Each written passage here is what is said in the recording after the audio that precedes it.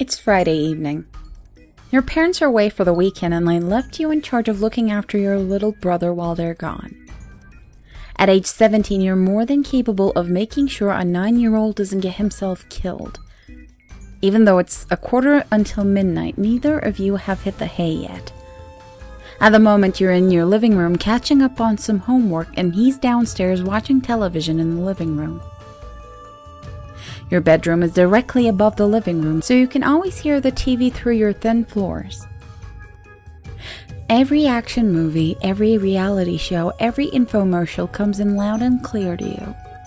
It used to annoy the hell out of you, but you've grown accustomed to working with the sound in the background. It hardly ever gets so clamorous as to be distracting. If it does, you just descend your house's only set of steps and ask whoever's down there to lower the volume. Or if you're feeling lazy, you just holler your request at the floor. They can usually hear you. Although you're focused on your work, you're quite aware of what your brother's watching. You think it's a vintage crime drama or something. At the moment, you can hear one character, presumably a mob boss or something like that, bragging about how his gang is going to thrash their rivals in an upcoming brawl. We're gonna pound them till they look like newspaper. Black, white, and red all over. Your brother roars with laughter at that one.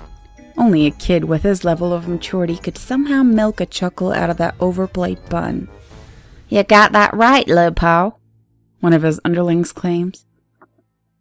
Another character says with a timid voice, I ain't sure if we should go through with this.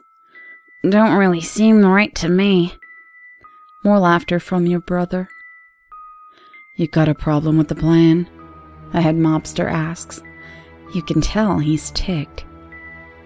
At this point, you're beginning to lose concentration on your work. You're curious as to what the show or movie is about. The other answers tentatively. No, I just think we oughta... His words are cut short by what sounds like a scuffle. There's a shout and then there's a succession of whams like someone is being bludgeoned with a baseball bat. Your brother giggles again. You have no idea what's supposed to be funny. The reluctant character, whoever's being roughed up, keeps begging for mercy, but the one hurting him does not relent. The strikes just keep coming.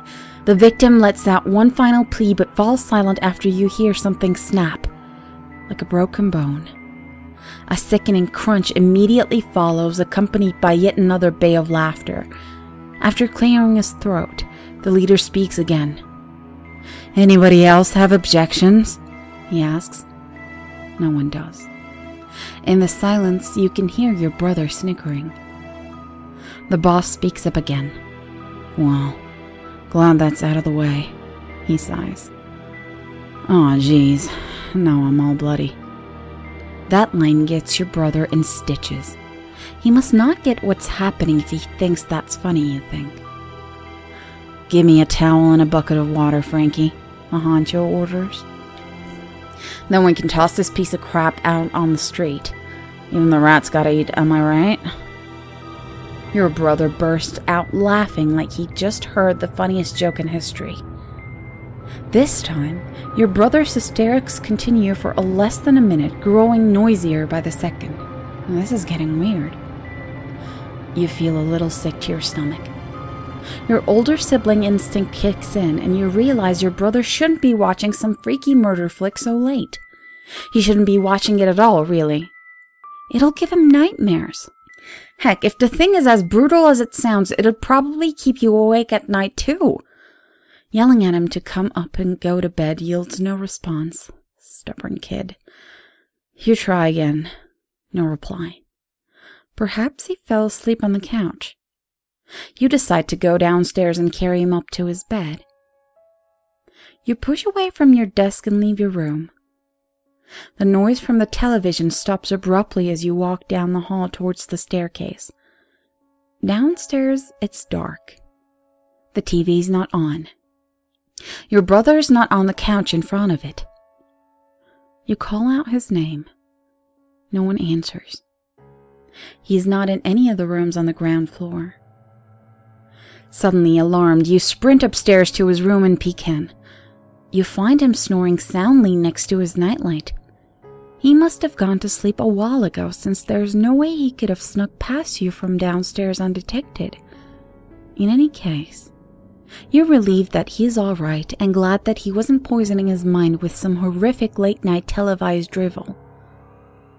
Positively relieved until you realize that there is no way he could have been watching the television only a few moments ago. An icy chill runs down your spine.